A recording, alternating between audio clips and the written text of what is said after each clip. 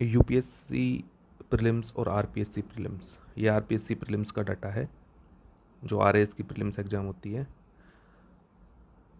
लगभग 6.25 लाख लोग रजिस्टर हुए, 4.25 लाख लोगों ने एग्ज़ाम दी, 55% टर्नओवर। ठीक है, अच्छी बात है, क्योंकि ऐसा ही लगभग जो है यूपीएससी प्रीलिम्स में होता है।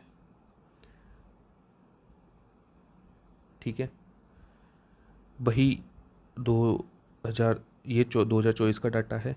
2023 के डाटा में थोड़ी ज़्यादा जो है अटेंडेंस थी, लेकिन शॉकिंग चीज़ जो है वो पता चलती है जब हम मेंस का अटेंडेंस देखते हैं।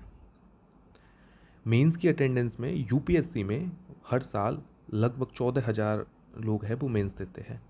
सिर्फ 500 लोग ही ऐसे होते हैं, एवरेज 14,000 में से सिर्फ 500 लोग ही ऐसे होते हैं जो कि एग्ज़ाम नहीं देते, मेंस की एग्ज़ाम नहीं देते प्रीलिम्स क्वालिफाई करने के बाद।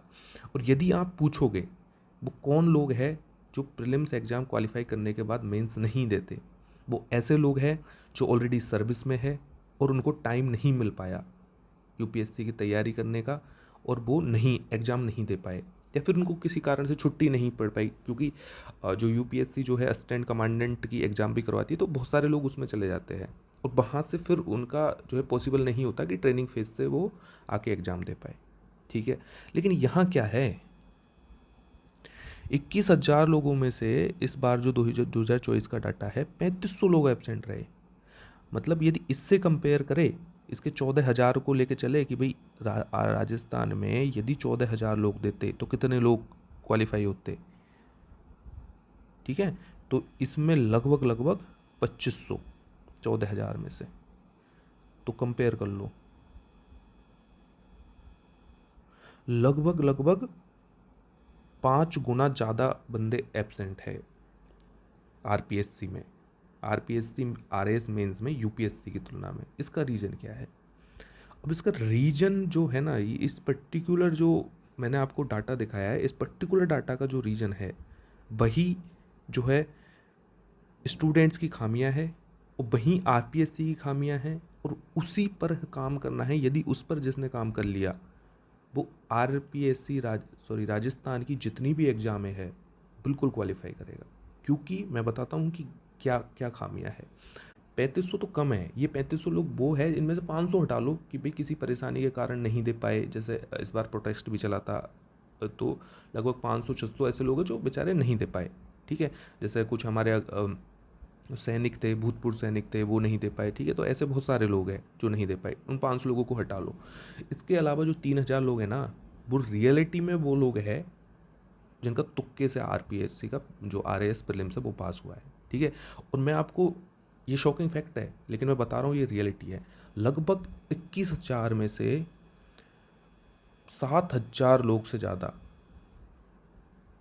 7,000 लोग से ज़्यादा, बिल्कुल ये डाटा मैं आपके सामने रख रहा हूँ, 7,000 लोग से ज़्यादा ऐसे लोग हैं, स्टूडेंट से ज़्यादा ऐसे लोग हैं जिनका बिना राजस्थान का टॉपिक पढ़े, बिना राजस्थान का टॉपिक पढ़े सिलेक्शन हुआ है इसमें। उनमें से ही ये 3,000 लोग हैं जिन्होंने दिया ही नहीं कि भाई हमारा ऐसे ही हो गया, हम क्यों दें, जबकि ये हमारे राजस्थान की एक प्रशासनिक सेवा है। तो अब समस्या कहाँ आती है?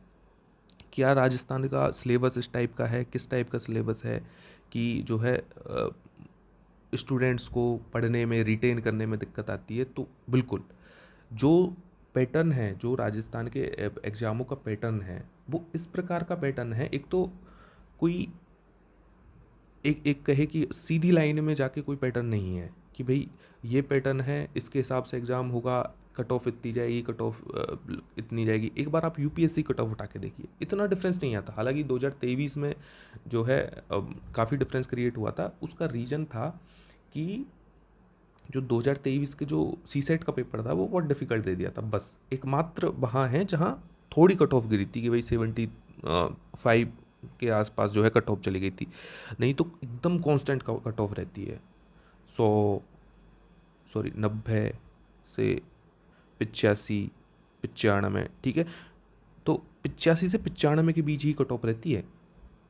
इससे ना तो कम कट ऑफ जाती है ना ज़्यादा कट ऑफ जाती है, लगभग इसी के आसपास रहती है। जबकि राजस्थान की एग्ज़ाम की कट ऑफ देख लो आप भाई, 105 नंबर, कभी 105 नंबर जाएगी, अगले बार ही 70 नंबर जा रही है, 75 नंबर जा रही है, 72 नंबर जा रही है।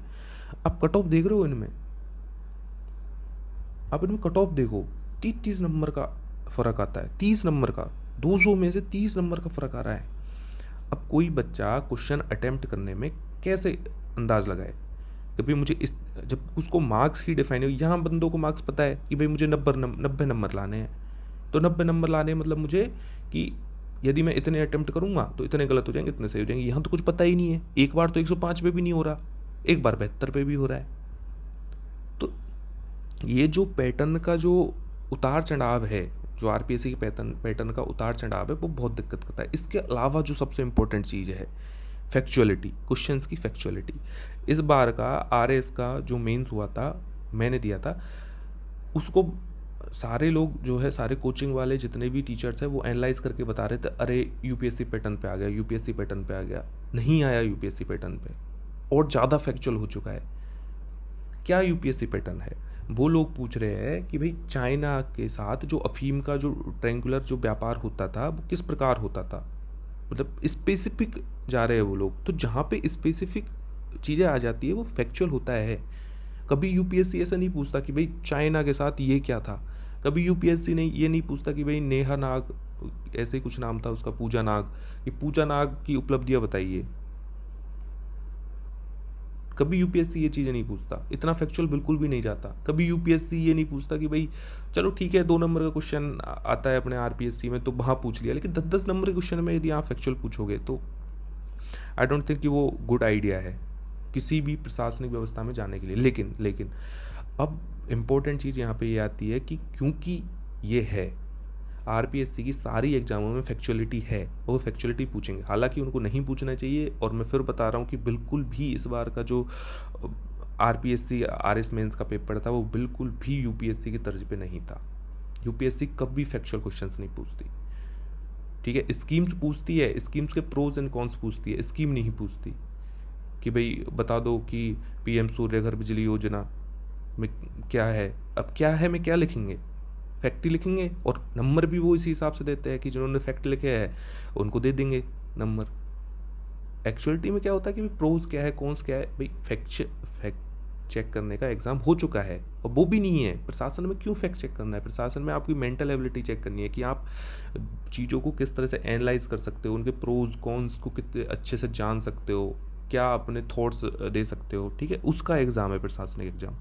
बट ठीक है, क्योंकि इस एग्ज़ाम का पैटर्न ही यही है, इस एग्ज़ाम का पैटर्न ही यही है फैक्चुअल। तो मैं अपने बारे में बताता हूँ कि मैंने एक बार इससे पहले मैं पहली बार जो है आरपीएससी का एग्ज़ाम दिया था, और पहली बार ही, इससे पहले भी दिया था बट मैंने प्रिपेयर करके नहीं दिया था। आरएस जो मेंस एग्ज़ाम है, ये दूसरा ही मेरा आरपीएससी का एग्ज़ाम है, और मैंने प्रीलिम्स क्वालिफाई किया है और इस बार मेंस लिखूंगा। इससे पहले मैंने दिया था बट प्रिपेयर नहीं किया था, तो पहली बार मैं जो है आरपीएससी एग्ज़ाम प्रिपेयर कर रहा हूँ। इससे पहले मैं यूपीएससी की प्रिपरेशन कर रहा था, तो मैं 2 बार असिस्टेंट कमांडेंट, जो यूपीएससी असिस्टेंट कमांडेंट होती है, उसके इंटरव्यू दे चुका हूँ, ठीक है। एक बार यूपीएससी का मेंस लिख चुका हूँ। इससे पहले और भी एग्ज़ाम सीजीएल 2022 में मैं फाइनली सेलेक्टेड हूँ। और इसके अलावा आईबी का मैंने आईबी एसीआईओ जो ऑफिसर ग्रेड 2 होता है उसका इंटरव्यू दे रखा है। कंपेयर करूँगा कि जो यूपीएससी की जो एग्ज़ाम्स कंडक्ट करवाती है और आरपीएससी जो एग्ज़ाम्स कंडक्ट करवाती है उनमें किस प्रकार का अंतर है।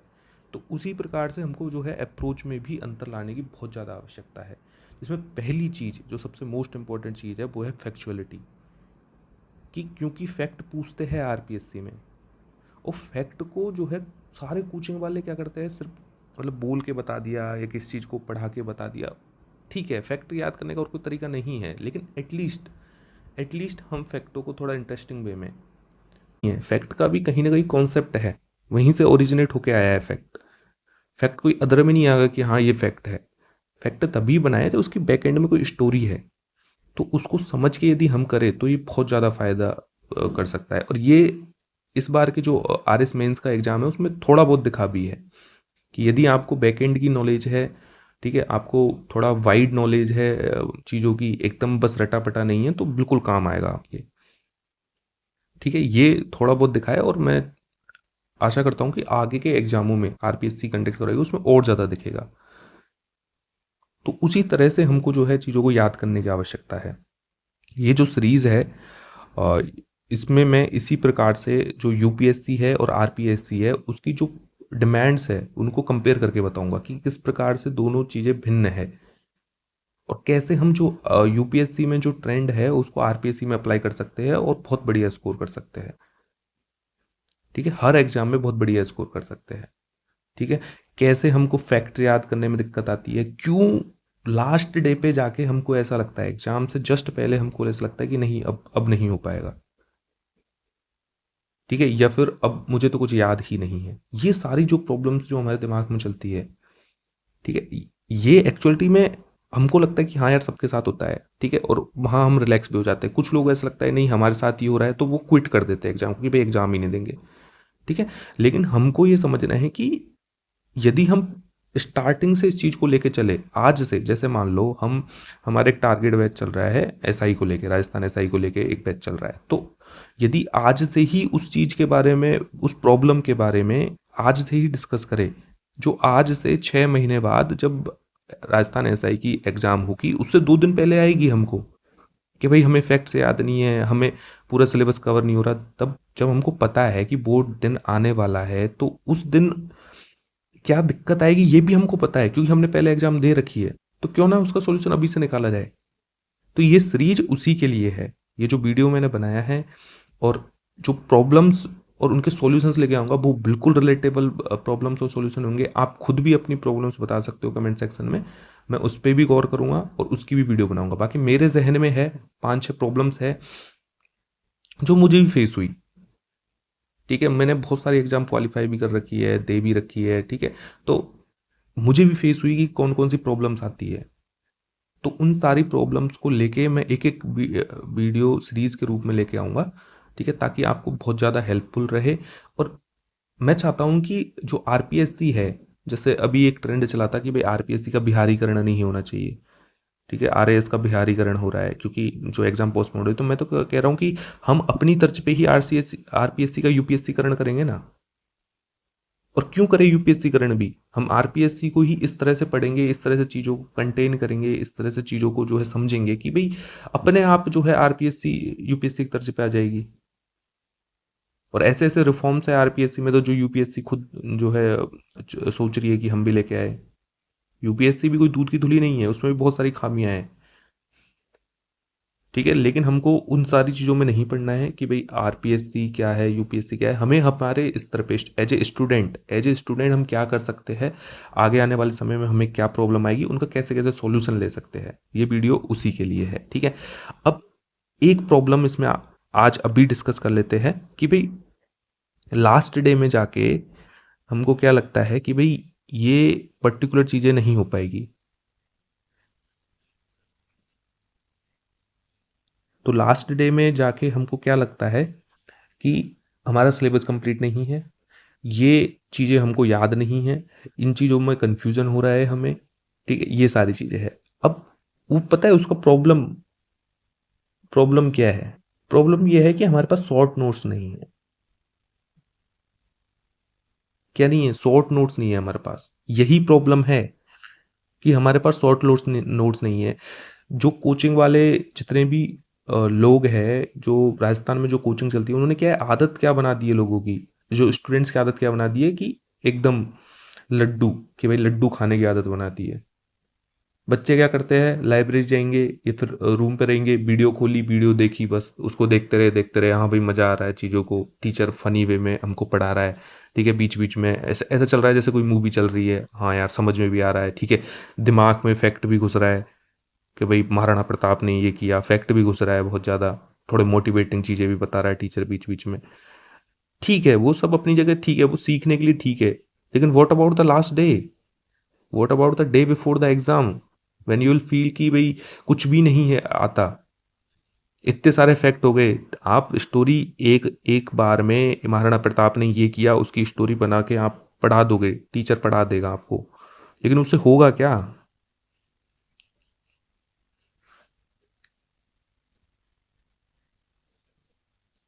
आपको चाहिए कि भाई महाराणा प्रताप का एक फैक्ट है ये बस, इसको रटना है, उसकी बैकएंड की स्टोरी से मुझे कोई मतलब नहीं है। ठीक है, एक नॉलेज के लिए एक बार देख लिया, लेकिन एटलीस्ट उसका नोट्स तो बनाओ, उसके शॉर्ट नोट्स बनाओ। पूरी कहानी के तो शॉर्ट नोट्स बनाने से रहे आप। तो वो चीज़ बहुत ज़्यादा इंपॉर्टेंट है। ये सारी जो आदतें हैं यूपीएससी के एग्जाम्स में इतनी नहीं देखने को मिलती, यूपीएससी की जो कोचिंग्स करवाते हैं उनमें इतनी नहीं देखने को मिलती, ये आरपीएससी के टीचरों से ही देखने को मिलती है। और मैं वही चाहता हूँ कि ये जो फालतू की जो नॉलेज है, मैं फालतू की भी नहीं कहूँगा, ठीक है नॉलेज है देनी चाहिए, अच्छी बात है, लेकिन अब एज ए स्टूडेंट हम क्या कर सकते हैं? अब चलो जो कोचिंग वाले हैं उनकी तो आदत बन चुकी है ये, वो एक एक दूसरे को देख देख के कि भाई ऐसे ही बच्चों को समझ में आता है, ऐसे ही बच्चों को एंगेज कर सकते हैं हम, ऐसे ही बच्चों को अट्रैक्ट कर सकते हैं, ठीक है उनका बन गया है ये धंधा, बन गया है जो भी है। लेकिन हम अपने स्तर पे क्या कर सकते हैं कि भाई उसने 1 घंटे की स्टोरी सुनाई, बट 1 घंटे की स्टोरी में है तो 4 इफेक्ट, है तो 5 इफेक्ट, उनको लिख लो छोटे से पेज में। और पेज में भी छोटे से में इसलिए लिखना है ताकि आपको लास्ट डे में ऐसा नहीं लगे कि हाँ यार ये तो 100 पेज हो गए, इनको कैसे कवर करेंगे। छोटे छोटे से पेज में, चाहे छोटे छोटे अक्षरों में लिख लो, चाहे एक पेज में आप 5 पेज का कंटेंट लिख लो, लेकिन जो साइकोलॉजिकल प्रेशर है वो हट जाता है। वो बहुत ज़्यादा इंपॉर्टेंट चीज़ होती है। ठीक है, तो ये पहली प्रॉब्लम है कि भाई लास्ट डे में जो हमको लगता है कि यार कुछ भी कवर नहीं हुआ और रिवाइज नहीं कर पाते। ठीक है, रिवीजन की जो प्रॉब्लम है, तो जो रिवीजन की प्रॉब्लम है वो मेन प्रॉब्लम है कि लास्ट डे में जाके रिवीजन नहीं होता। तो इसके बारे में मैं, क्योंकि ये वीडियो लेंदी हो चुकी है और ये इंट्रोडक्शन वीडियो थी किसी भी ये सीरीज़ को लेके, तो मैं नहीं चाहता कि ये ज़्यादा और लेंदी हो। मैं अगले वाले वीडियो में रिवीजन को लेके एकदम पूरी स्ट्रेटजी लेके आऊँगा कि किस प्रकार आप शॉर्ट नोट्स बना सकते हो, किस प्रकार रिवीजन कर सकते हो, और किस प्रकार आप एंड डे पे जाके एग्जाम से एक दिन पहले पूरी तरह से श्योर हो सकते हो कि भाई हाँ मुझे पूरा सब कुछ आता है। ठीक है, फिर मिलते हैं अगले वीडियो में। Thank you.